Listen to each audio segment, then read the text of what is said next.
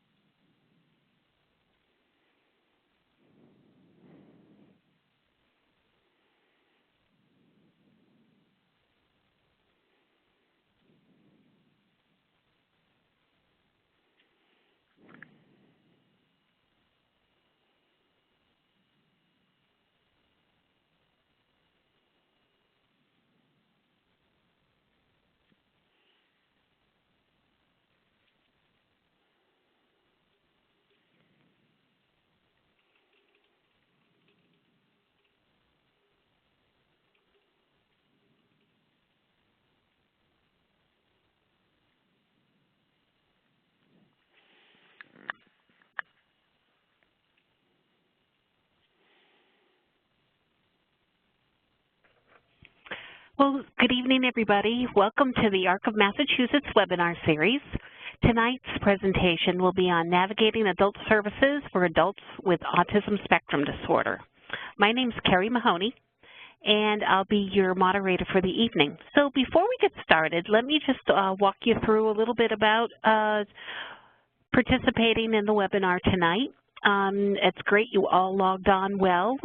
You have been muted upon entry, and that's to make sure that the audio portion is of good quality, because we offer these webinars on demand.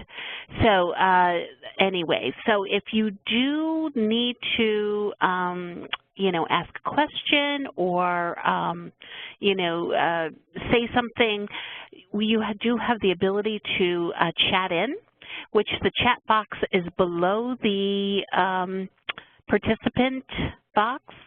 And if everybody can just chat in right now to me or all attendees on whether or not you can hear us okay, that'd be great. Just want to make sure that everybody's audio is working and give you a chance to use the chat box as well.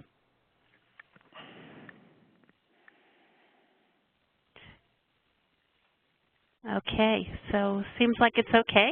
All right, great. And if you have any problems whatsoever connecting to the webinar, either the audio or the PowerPoint, the best thing to do is just to log off and reconnect. So you do also have the ability to submit questions at the end. Anyways, so you can chat in those questions, or you can raise your hand. And raising your hand is on the furthest left-hand, furthest left-hand side in the participant pane. So anyways, it would be helpful tonight if we knew a little bit more about who you are and who's attending. So if you're a parent, can you raise your hand?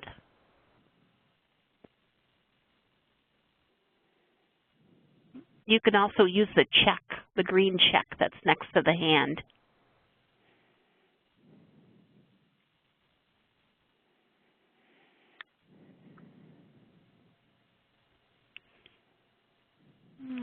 Okay. Anybody need some help? I don't see any hands raised. Are you all, are you professionals? If you're professionals, if you could raise your hand now. Okay. All right. So Brianna and Robert, and Kate. All right. So I'm going to assume that the rest of you are family members. So anyways, okay. So let's get started.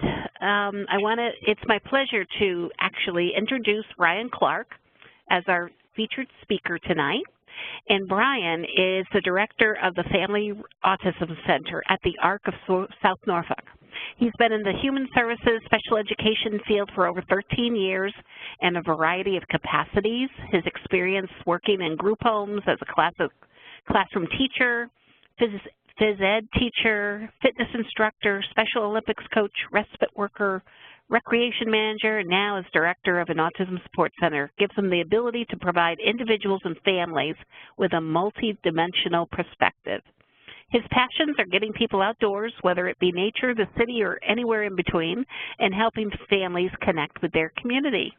So Brian lives in Norwood, and with his wife Kelly and two daughters, Brenna and Sierra. So take it away, Brian. Thank you very much, Carrie. I appreciate the introduction, and I'm happy to help out and hopefully provide some good information for people. So I will get started. So we are on, okay, so introduction. I'm Brian Clark, Family Autism Center. You have my contact information. Anyone is definitely free to contact me after this webinar with any questions or follow-up if we don't get to it at the end, and I'll be happy to follow up with you. So a little bit about the ARC of South Norfolk. We're in Westwood, Massachusetts, large human services organization with a lot of things going on. The Family Autism Center is one of the 7 autism support centers in Massachusetts that gets some funding from DDS. We serve over 800 families across 12 towns. Our coverage area is just south of Boston, from Dedham all the way down to Plainville, and kind of east and west a little bit. But as with all the autism support centers, only being 7 spread across Massachusetts, we get a lot of crossover and a lot of people that may be closer to one center or another, but outside the traditional area. So we serve a lot of people from all over the place. And we work with the DDS Newton South Norfolk area office, and that's under the metro region. And okay, so the adult population. So we hired a full-time adult support coordinator in February to work specifically with this population. So DDS gave us funding to hire a full-time position. I'm not sure, I don't believe that's the case everywhere, but that's what we were provided with. So Tom Lavin came aboard in February. His contact information is right there. And we currently have 20 adult referrals on our caseload, and all have come in the past several months. And I feel like every other week we've been getting more and more, so which is good. So we have 15 males and 5 females right now. The majority are ages 20 to 25. We have a couple that have graduated at 18, and we have a couple that are in their early 30s as well. We've held programs for adults for many years, recreation, social. We've assisted people with employment. We run support groups. So we've always kind of served people, adults. For the 7 autism support centers, our funding is supposedly supposed to be geared towards up to age 18, but as everyone knows, no one gets cured at 18, so we've done our best to offer adult programming for years. Okay, so some important caveats going into this presentation. The service delivery for this newly eligible adult autism population, as you all know, is very much a work in progress. I can't stress that enough. And that's coming straight from DDS, and we knew that going in, and it's new to them, this model and this population. So this is true for DDS, the autism support centers, the family support centers, and the service providers. It's in the infancy stage, and everyone expects things to develop and look a lot different in 1 year, 2 years, 5 years. We were told that going in, and that's what we've experienced. A lot's even changed in the last couple months, and as we all kind of get used to this, and funding changes, and numbers change, and just experience as experience with this, will cause services to change and hopefully develop and progress. And currently, just in talking to some of the autism support centers and talking to DDS, there are some vast differences across the regions of the state. Not unexpected, you're rolling out a program such as this on a large scale, but I think, what we're seeing here versus southeastern Mass or western Mass, central Mass, I think there's a lot of differences across the state. So that's important. I can only speak to our personal experiences here at the ARC of South Norfolk and the Family Autism Center over the past few months. I can't speak to what the other autism support centers or the other DDS areas and regions may be experiencing. Everything's kind of changing and progressing really quickly. So I really can't speak to that enough. That I'm going to speak to what we've experienced here, and that may or may not coincide. If someone else is in an area other than ours, they might experience something a lot different. And so you got to take that with a grain of salt, and you got to. And that's just important to say. So brief review of the Omnibus bill. The portions that I've highlighted kind of pertain to this, but just running too quickly, Mass Health covering necessary treatments.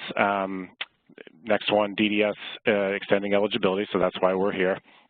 The tax-free savings accounts, that's currently passed on the federal level, but working through the red tape of Massachusetts financial regulations.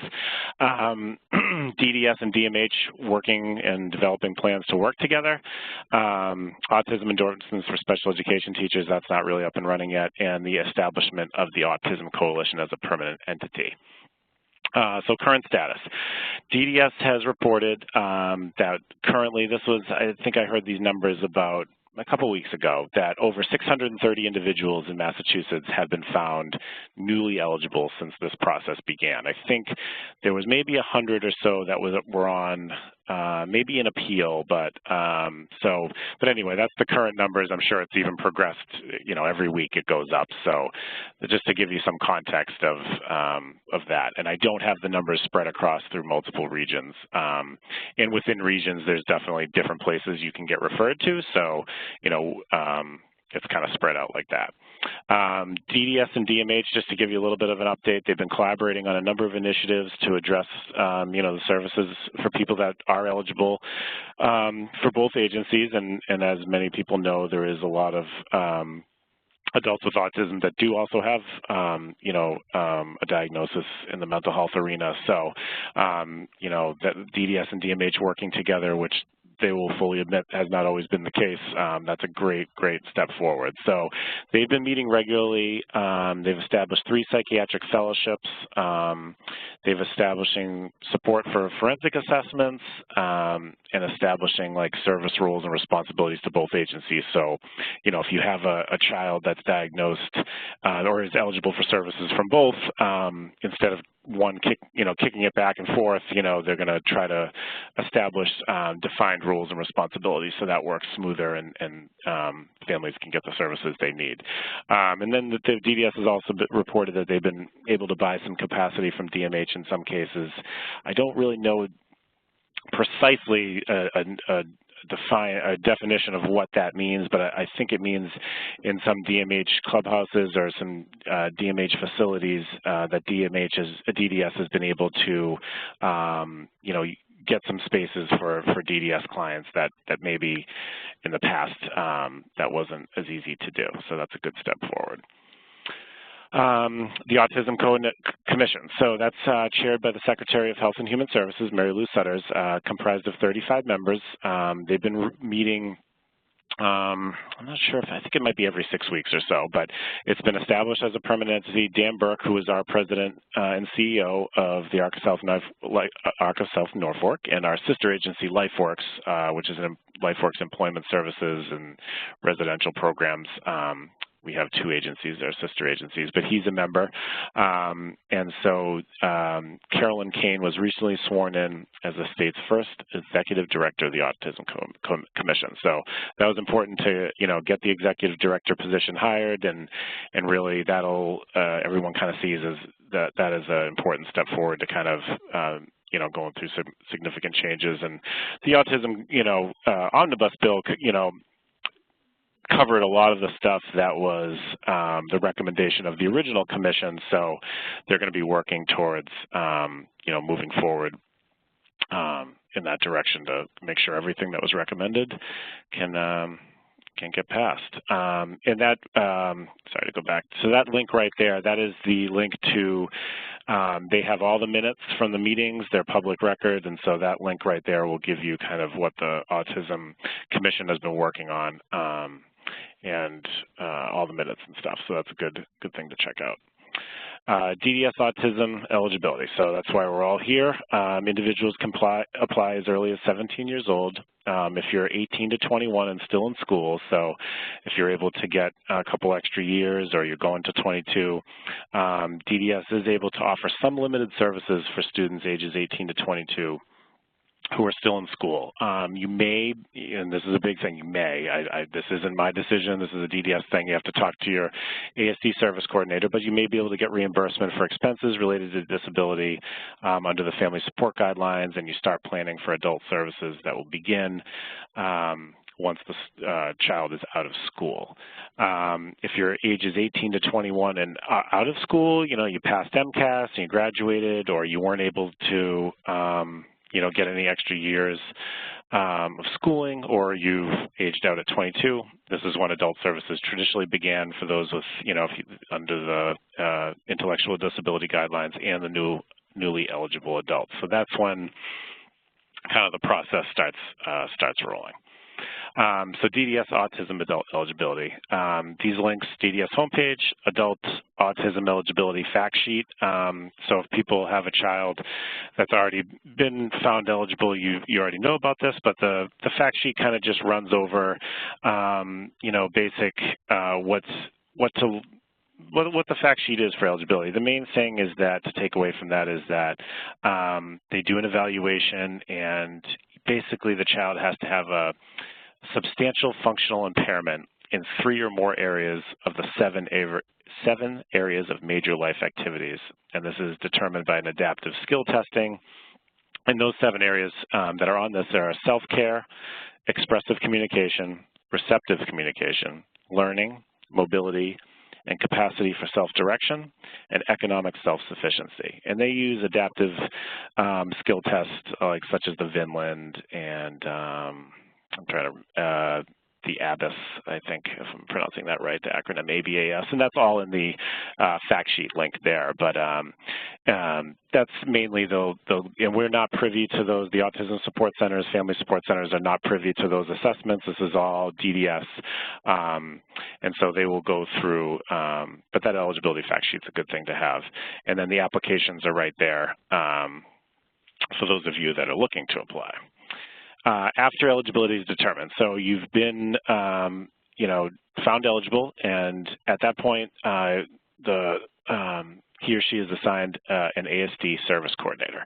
So Karen Tardif is the ASD service coordinator in the Newton South Norfolk area, and we work very closely with her, and this is very important. We really try to be in regular contact with her.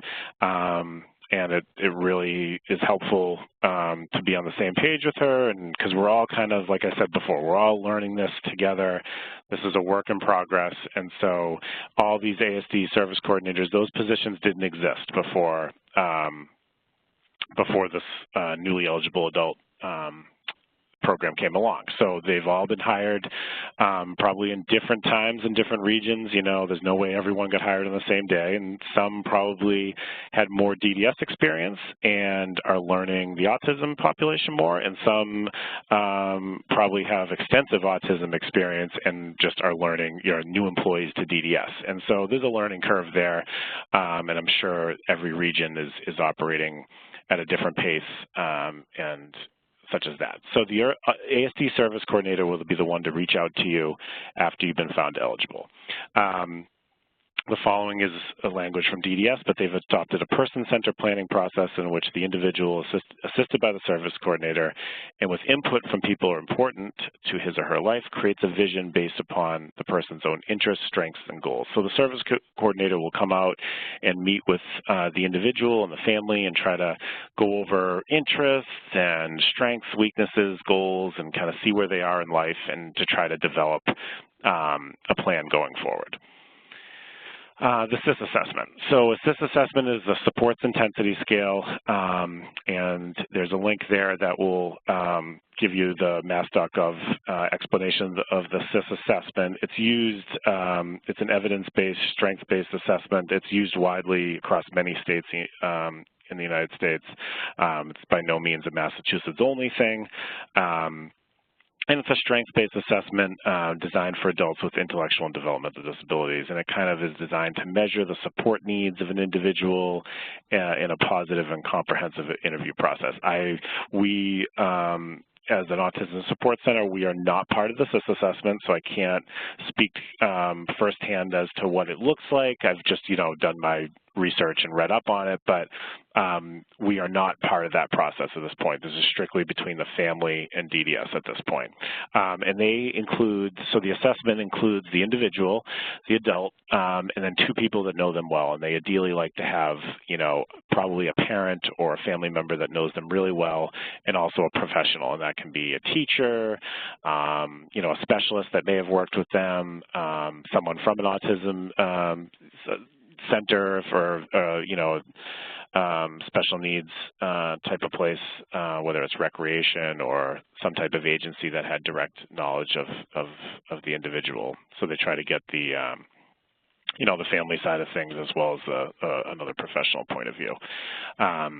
And that's, again, the link right there. So service plans. So this language is, again, from DDS material, but service plans are created using the vision that we talked about, that you meet with and come up with the vision, as well as the assessments. And they also collaborate with other existing service providers or agencies that may be involved. So if there was involvement from MRC or DMH, you might see this more in someone that's already in their 20s or 30s and that they were previously denied for DDS eligibility. So they may be working with MRC or DMH and then found out about this new adult eligibility and then applied. We see that less with individuals that are just coming straight out of high school. The majority of them are not hooked up or referred to MRC or DMH at that point, but older individuals definitely could be. And the service plans can include services to provide assistance in the following categories: attaining education, so that could be college courses, or some individuals use the ICE program, Inclusive Concurrent Enrollment, and I should have had a link on that, but Inclusive Concurrent Enrollment is a program that helps, it's kind of a partnership between high schools and colleges, a lot of community colleges, to help individuals with developmental disabilities participate in college courses with assistance. That can be, I've heard good and bad things about, individuals with autism and developmental disabilities attending college. It's oftentimes it's not the intelligence factor. They can handle some of the coursework. It's dealing with modifications or understanding nuances or what instructions the teacher might have had, or how to navigate just college type of situations, and it oftentimes it in the parents that I've talked to, it almost becomes a part-time job to try to help that. So they're looking to, I've heard there's a current bill and legislation trying to expand upon that and try to provide more funding to that. So hopefully there'll be some improvements in the education portion. But also with supported employment, skills for living independently, participation in the community, and accessing social, emotional, and behavioral health services. So those are the general topics or that they're looking to provide assistance, those services. Residential services. So currently, state of Massachusetts, there is no funding available for housing for this newly eligible population. It's not there. So in some cases, DDS is able to put supports in place for individuals living on their own. Supported living, or individual supports as it's sometimes called, a lot of agencies have that. Our sister agency, LifeWorks, does some of that. And it's basically a staff member from a contracted agency that offers supported living or individual supports can assist an individual in their residence for a determined number of hours. We see this a lot in people that are able to get an apartment either by themselves or maybe with another individual, but really kind of need someone to help out with budgeting or paying, utility bills, or maybe gathering food, or, shopping and meal prep, maybe taking meds or filling prescriptions, accessing social and recreational opportunities in the community. So, they've secured the apartment or the living situation, but they need kind of supports to go along with that. So individuals that are able to get supported living or individual supports would qualify for X number of hours per week, where someone goes and kind of checks in and does these things. And there's a link there that had some information on that. But again, that's something that DDS is able to put supports in place, but that's something you have to talk to your ASD service coordinator about. That is not a decision that is as part of the autism support centers. We don't make that decision. We could talk to the service coordinator if it came up in a meeting with a family, but that's not a determination that we would make. they were eligible for that. Some individuals, you know, in the referrals that we've gotten, parents have said that's a goal for the individual. You know, their son or daughter is 22 and they see maybe in 5 years if we could work towards, that they've said like we're willing to help pay for a market rate apartment, but it would just be the checking in and type of things like that. So in a lot of cases, you know, parents and the individual have that as a goal. It's just not something that they're looking for right away. It's kind of something that may be coming down the road. So we can certainly work with a family to help attain, you know, the goals and work on skills so they would be ready for that living situation somewhere down the road. Referrals from service coordinators. So DDS service coordinators make referrals to family support and autism support agencies when appropriate. So in the Newton South Norfolk area, which is our area, there's ourselves, the Charles River Center, and the Price Center. So if you live in our area and you are found eligible and Karen Tardif reaches out to you and you have the meeting, she can refer you to these 3 places. So every region, every area in the state is going to have people that or agencies that are able to be referred these adults, eligible adults with autism. So those are the 3 in our area. So, and we don't, you know, is at this point that we may become involved if you live in our area. The DDS area office will determine where you are referred to, and if your family has already been involved with an agency as a child, parents should make that clear. So a lot of individuals, you know, we have an autism support center here, so if there's a good chance you may have been hooked up with us in the past, or you have, you know, your kid attended programs as a child, or the parent attended workshops or trainings or support groups.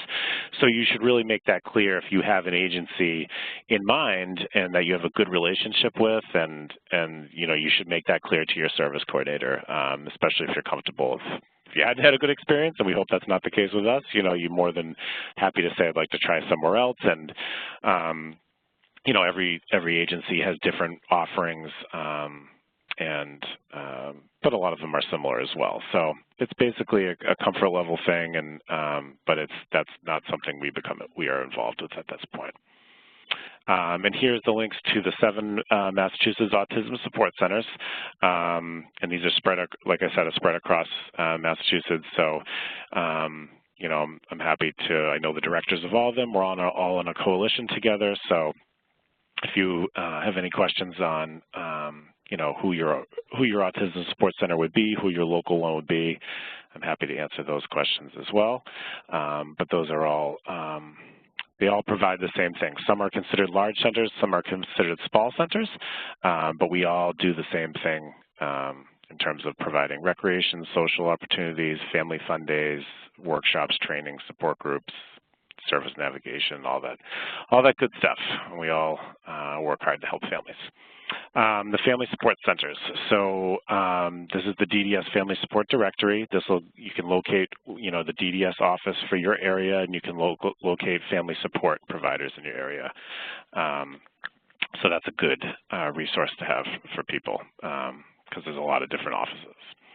And here's some other autism resources, Disability Info, the index website. That's where the Autism Insurance Resource Center is, and they have just a great wealth of info for people looking for services. It's a good directory. Advocates, AFAM, we're a member of that organization. Big in the advocacy arena, has helped get a lot of stuff passed, and really is on the cutting edge of helping services get implemented and legislation getting passed. And there's the Autism Coalition link as well. So that's the 7 Autism Support Centers, as well as AANE, the Asperger's Autism Network, the Flutie Foundation, AFAM, and some other places. So that link kind of has a good map on it, and you can kind of see where the centers are spread out, and you can kind of see on the map, you know, where your town is related to a center. So that's good. DDS Services. So this is a great publication, transition information every family should know. And the following slides, I've kind of picked some information out of there that's helpful for people, but that's a good, even though a lot of, you may think you're beyond the transition phase, you know, because you're already in the adult eligible, but it has some relevant information in there, including services provided by DDS are dependent on availability and funding. This is a big one. There's set money for this, but as we know, there's more and more people turning 22. There's more and more people transitioning out of school. The numbers aren't, you know, I don't need to tell anybody this. The numbers aren't going down. They're going up. So, you know, hopefully funding will go along with that, and funding will increase as the numbers increase. But, you know, that's just something to keep in mind, that there's not an unlimited amount of funding from the state. Excuse me, it's anticipated that some individuals can be supported on existing service models, and some will benefit from new services and individualized options. So like I said, work in progress. We're hoping that services progress, and we all kind of, as we serve more people, will come up with different ideas, and DDS will come up with different ideas, and families will come up with different ideas, and we can work to change models and service models and services for the better. And, you know, we don't want to, no one wants to be stale. We want to always be looking to change and progress. So hopefully that's the case. What services will be available? This is pulled straight from DDS material, but just kind of, you know, what services can be available: employment and day services, individual supports to assist individuals in independent living. I kind of touched on that. In-home in the community, behavioral supports, respite, family training, and flexible funding. And we'll get into the flexible funding piece later, because that's obviously a lot of people have questions on that. But obviously any DDS service, you know, you'd have to talk to your ASD service coordinator in your area specifically on those services, and that's the determination of DDS. And, you know, they're very upfront with the fact that it's expected that, you know, that this, you know, the supports that this new population is going to need is going to continue to evolve, and DDS is committed to that. We're committed to that, and we're all working together to, you know, develop partnerships and really move this forward, because it is in its infancy stage, and I think everyone needs to recognize that. I know that's frustrating for families that, you know, are looking for services, and they may have had, you know, they may have not had any services for a while if their child's a little older, or they're just, you know, experiencing the drop-off of, or the shock of leaving, you know, the public education system and transitioning out. And so, you know, I think everyone's committed to moving forward. So what we can report from our referrals. So like I said, I know I got to keep throwing the caveats out there that this is our experience in our area. So this is the Newton South Norfolk area. This is what we've experienced in our area from our 20 referrals. I can't stress enough, I can't really speak to what other families have experienced in other areas, or what other autism support centers or family support centers or DDS regions are doing, but this is kind of what we've seen. So I think I'm just going to put that out there like that. So our referrals. So DDS has funded services for some individuals, such as employment-based services. So a lot of the individuals that we've had have, when they referred to us, they've already been given services from DDS in job coaching, employment-based day programs. So some service providers out here are like Triangle. They're an employment-based day program. So we've had a couple individuals that are going there a couple times a week, and they've already been established that with funding, and they come to us, and they've already been going there. We had a couple individuals that were really into art, and they were attending the Gateway Arts program, which is a day program for individuals with developmental disabilities, where they work on art projects and social skills, and they can try to sell the art and stuff like that. So we're going there when they were referred to us, so that was great. And we're just so some individuals, you know, before they come to the autism support centers or the family support centers, have already got funding from DDS.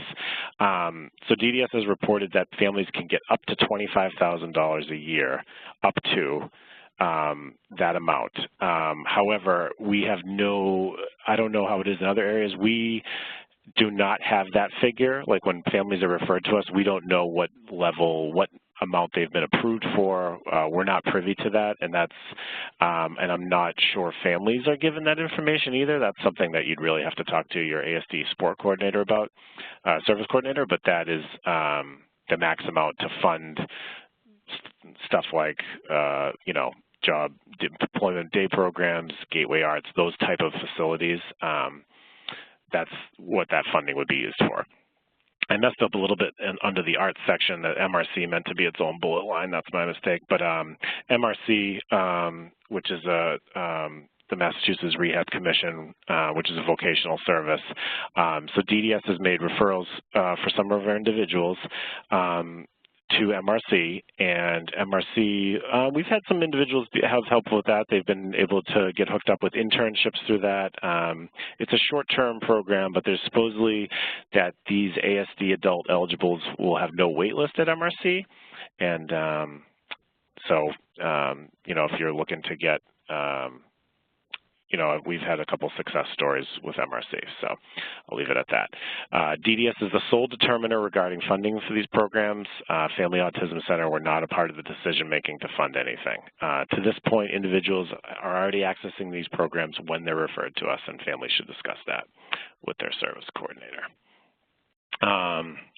What we do in our experience this far. So Tom and myself work very closely with Karen Tardif, who's the Autism Service Coordinator at DDS. We're a regular contact, which is absolutely essential in my mind, and we're really all learning this together. The Autism Service Coordinator sends the referral, including a narrative of the individual, interests, skills, areas, concerns, wishes, all that stuff, existing services, and at that point we do outreach. So our support coordinator calls the family to make initial contact and make an introduction, and many times the family is already served by us in some capacity, helpful but not necessary, but they don't know Tom at this point, so it's really, you know, we try to do our best to explain the whole relationship between DDS, ourselves, and the family in this whole new world that people have questions about. So we set up an introductory meeting, and this varies on a case-by-case basis. Sometimes Karen, Tom, and myself, you know, any one of us may set it up. It's kind of depends on how much contact DDS has had with them at some point. Sometimes Karen will say, have us on a group email with a parent and say, like, oh, I just met with so-and-so and really like to set up an introductory meeting. Other times we get the referral and we reach out to them, and we're fine with that. It's kind of on a case-by-case basis and what the level of need is, and just on how things have gone to that point. So the introductory meeting, all of our meetings thus far have included the individual and a parent, and that could be different depending on the individual if someone's kind of representing themselves. We always offer to meet at the home, our office, or a coffee shop somewhere, and we really put that on the individual and family to choose that, and we really do our best to keep it casual and light, talk about interests, what we like to do. We don't introduce ourselves as like, hey, I'm Brian Clark from the Family Autism Center. You know, a lot of these individuals haven't wanted to traditionally attend some of our programs because, you know, they may not have a good peer group, or they may want to avoid recreation or social opportunities with other individuals that may be nonverbal or may have some behavioral challenges, or you know, that's coming from those individuals themselves. So we really try to just keep it casual, and we really, really strive to have a reputation as being easy to talk to. And Karen has given us feedback, and families really appreciate that. Like, oh, you guys are so easy to talk to, Tom and myself, and I'm not trying to pump ourselves up, but we really, really try to just be really casual and try to hook them in like that. And so far we've been really successful about that. So we make a point to give the individual our contact information and ask them if they have a cell phone or email that they'd like to use.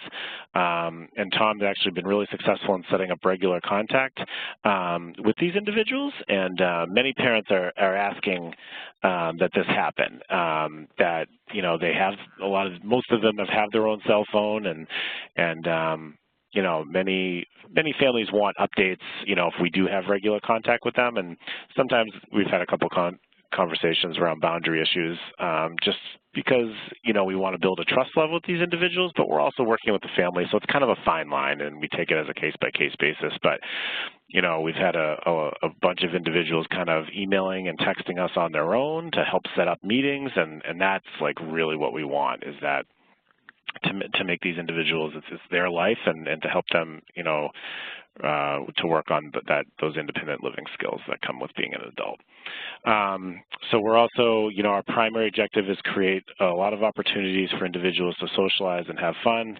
And like I said, this is all moving really quickly. We've gone up, we've gone from like 5 referrals to 20 in a couple of months. So we're in the process of creating more groups and activities and working, as we find out what their interests are, that helps gear our planning. So we've worked with a few of our referrals on, person-centered planning, and we had a young woman that was interested in anime, and we were able to find, we had another referral, another young lady that was also interested in anime, and we were able to kind of bring them together in a meeting and help plan an anime group, and they're, mapped out the whole thing over a couple meetings with us, and then we're going to offer that to our other referrals, as well as some hiking groups. We've done that in the past successfully with a lot of kids and teens. And a couple of the referrals attended some of my hiking groups a couple of years ago, and they're looking to plan their own like Blue Hills hike with a picnic and stuff. So we love that. We want ideas from people. So create groups and activities. So actually from 5 to 6 tonight, we had our first video game discussion group with 7 individuals. And that went really well, and we took a trip into Boston to see Sound of Music. So we had a couple individuals who were into theater. So we're really trying to just, do a lot of different stuff. And we try to pair individuals if possible, if they have common interests, to, help facilitate, social connections. That's a big thing that a lot of people are looking for.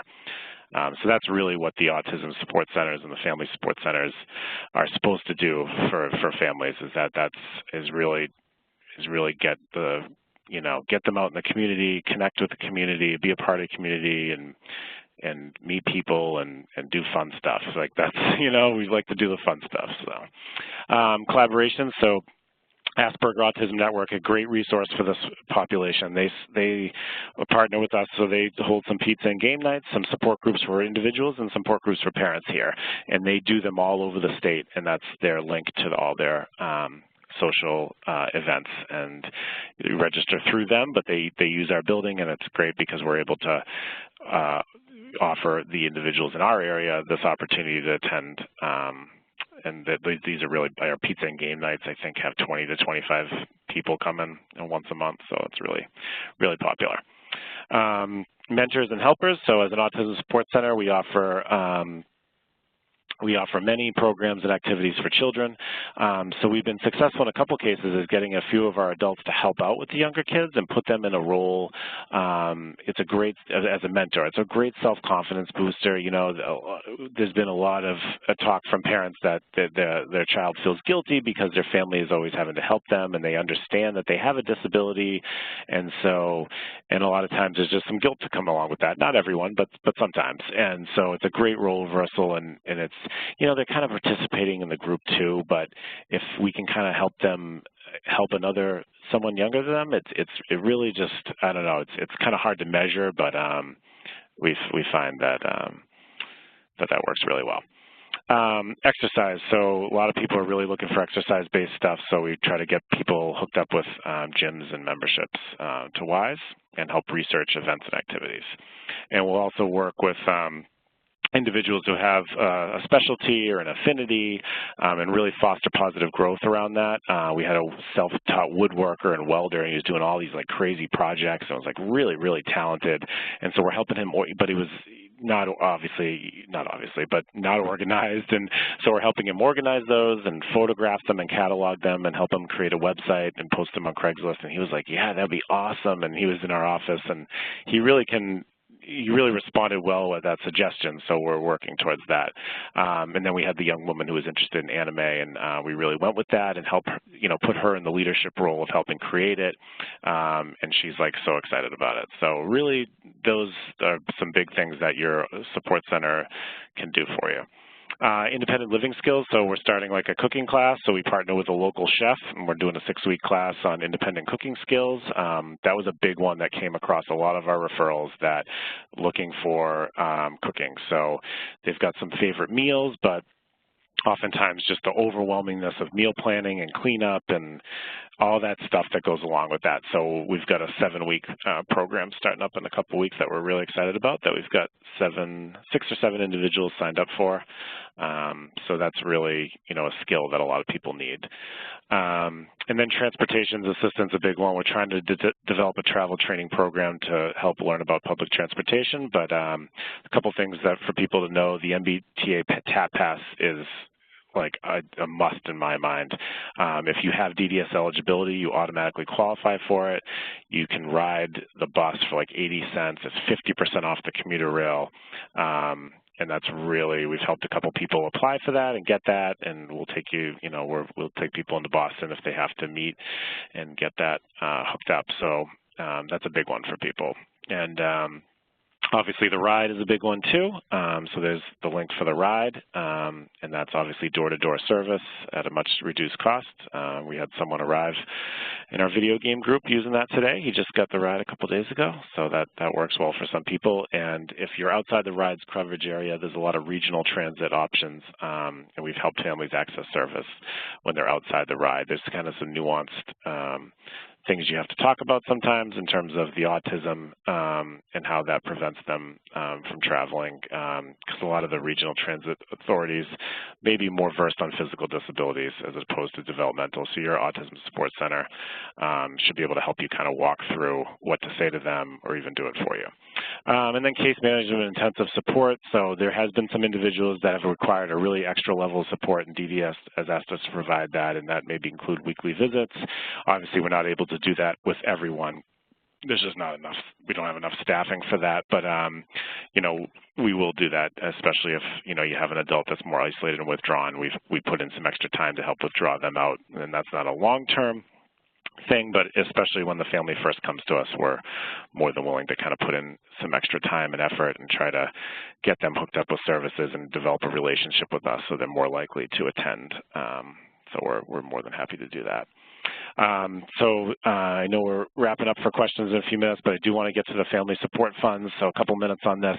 So family support funds, some individuals have been able to access family support funding for reimbursement for certain expenses. For example, a gym membership or art supplies or occupational therapy appointments or co-payments or an adaptive course class. This is absolutely determined by DDS, and it's subject to the family support funding guidelines, which I've attached for you there.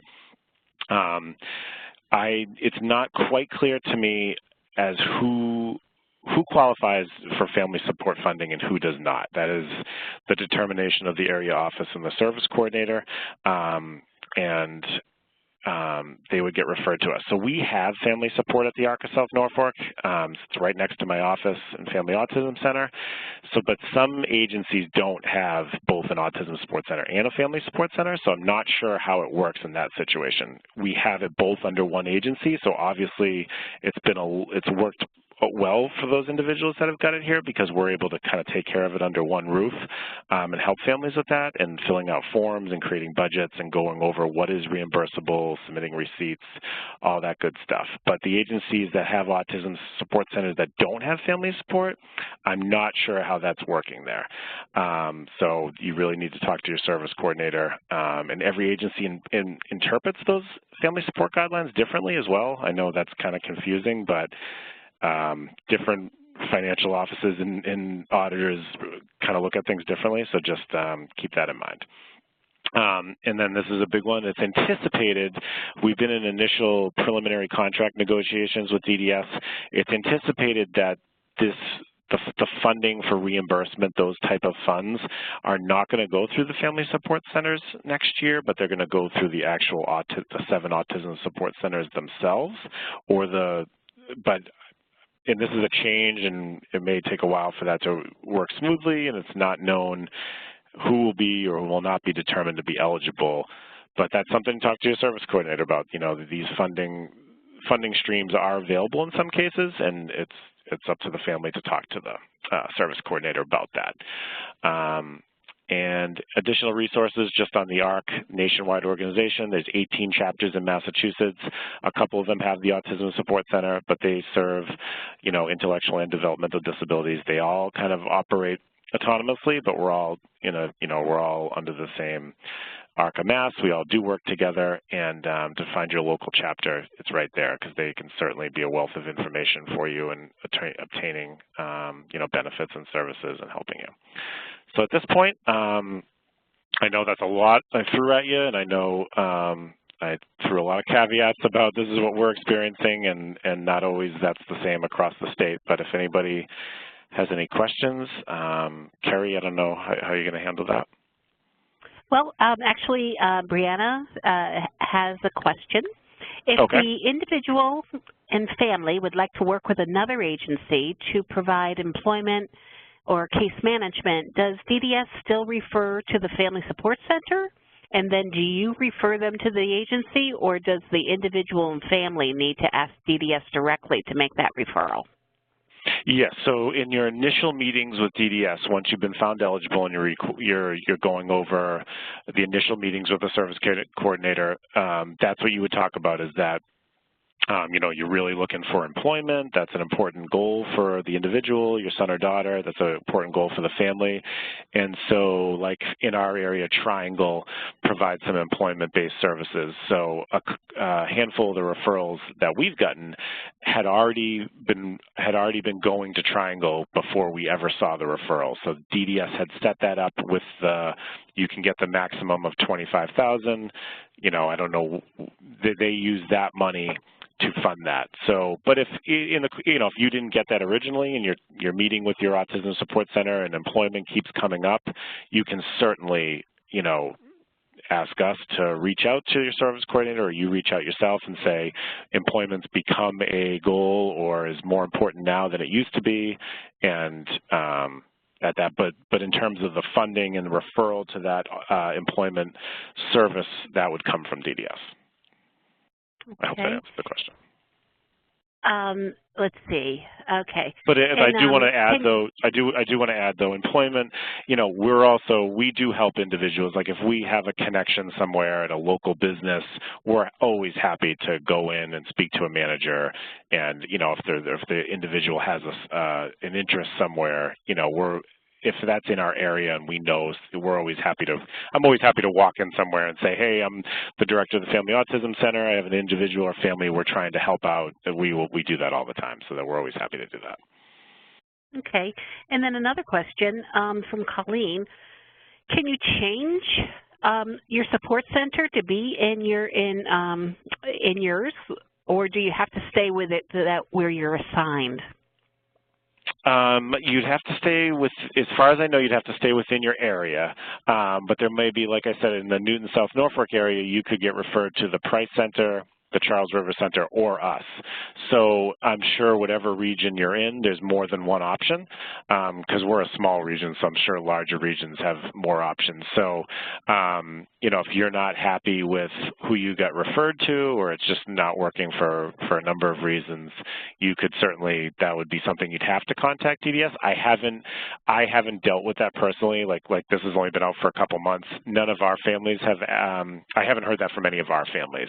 But in terms of other DDS programs, I mean, we operate the waiver program for children. We've gotten referrals that, oh, they were in another area and it didn't work out. So I'm not saying it's impossible. I would say if you've only been somewhere for a couple months, that might be a little bit harder. It's not a significant amount of time.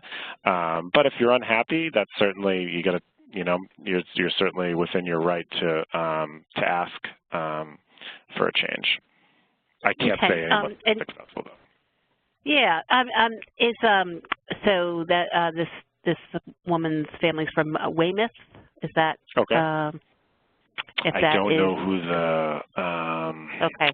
Let me see if I can find the. Yeah, I'd be happy to, if they have any questions for me in a follow. They have my contact information. I'd be happy to try to find the right person to talk to for that. Okay. So in terms, I mean, I can tell them the Autism Support Center in their region. That would be Community Autism Resources. Right. Okay. is the Autism Support Center for their region. So, Okay. but beyond that, Alrighty. I'm not sure. Okay. How about anyone else have questions? Okay, Robert. Robert, do you want to be unmuted? You just raised your hand. I'll unmute you, Robert, and you can ask your own question, okay?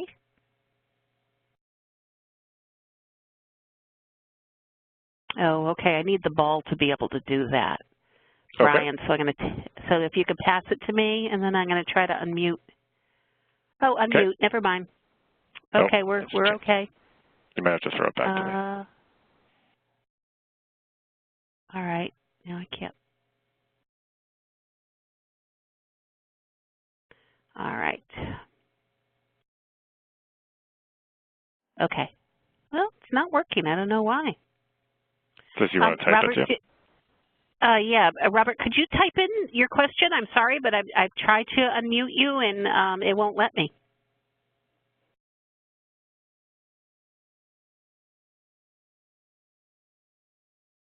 And also, Marla, I'm just wondering if you had a question because you had your a check mark next to your name for a while. So please chat in, and we'll be happy to answer it for you.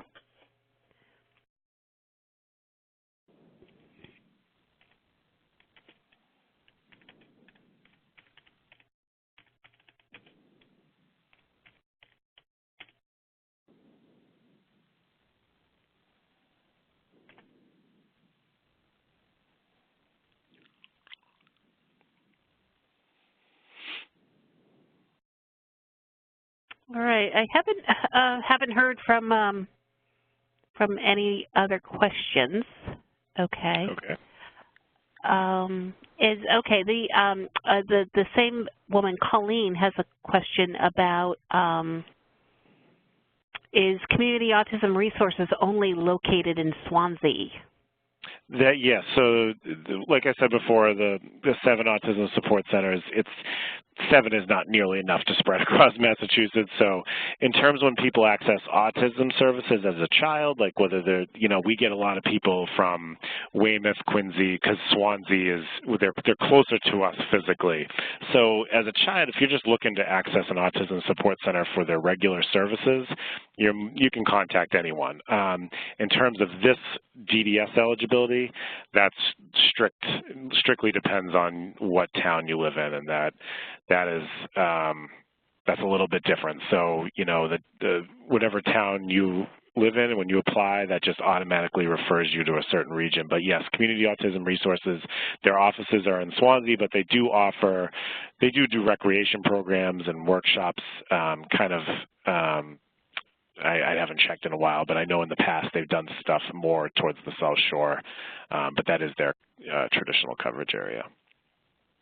There must be, that's a huge area, so I'm guessing Community Autism Resources, I'm sure there's some other agency that DDS is working with in that area for this population, but that is the sports center, Autism Sports Center. Okay. All right. How about anybody else? Any other questions that you want to chat into us?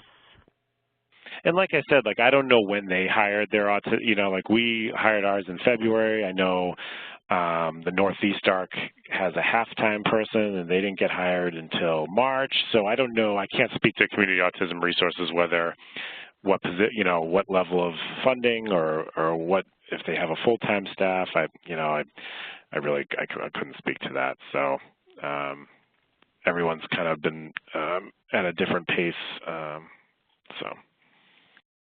Well, it's exciting that it's beginning, and because absolutely, it's been a long I know time. I know some families are absolutely, they wish things would move along quicker, and I absolutely I sympathize with you 100%. It's you want things to be up and moving quickly, and that's not always the case with something new like this. So, I sympathize. All right. Okay. How about one more time for questions? we're getting close to 8 o'clock. Well, this is great information, Brian. Really appreciate it. Yep, I hope a lot people of good found it useful. Yeah, a lot of good resource links. So everybody will be getting a copy of your PowerPoint. And definitely check these things out. And, you know, I also like to just make recommendations for when families are applying for any kind of state services or state benefits or programs or whatever. Always really do good to know, to ask specifically what's important to you, because nobody kind of gives you a menu. Nobody shows you, really kind of talks about the options. You know, you could have a little bit of social skills or a little bit of employment. So, you know, knowing your sons and daughters best. You've worked with incredible teams throughout their, you know, their youth and now they're adults, and, you know, just remembering that, you know, what their vision is when you did that transition plan in school, and maybe it's a little bit different now, but it's these, you know, folks are here to help, and it's great when you're able to kind of go in with what your needs are. I think sometimes it's easier for people. Yep, well said, well said. Okay, all right. So, well, no other questions. So, Brian, I want to thank you again for this great webinar, and thank you to all the participants. After the webinar closes, you are going to be redirected to the ARC of Massachusetts website, and at that point, it's a quick survey to see how what you thought of tonight's webinar. If you have any other suggestions, and it will take you only 5 minutes to do, I promise. So everybody have a great night, and thanks again. Take care. Have a good night, everyone. Thank you.